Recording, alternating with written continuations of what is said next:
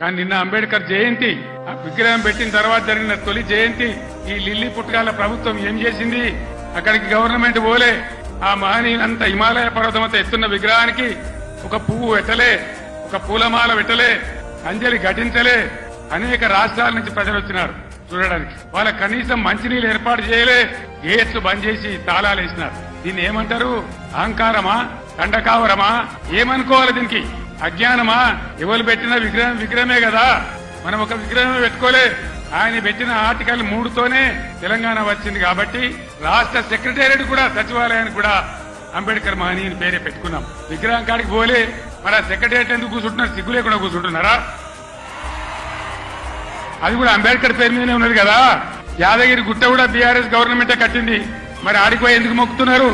ఎమ్మెల్యేలు ఉండే క్వార్టర్లు కూడా బీఆర్ఎస్ గవర్నమెంటే కట్టింది. గెలిచిన కాంగ్రెస్ ఎమ్మెల్యేలు దానిలో ఎందుకుంటున్నారు? అంటే అన్ని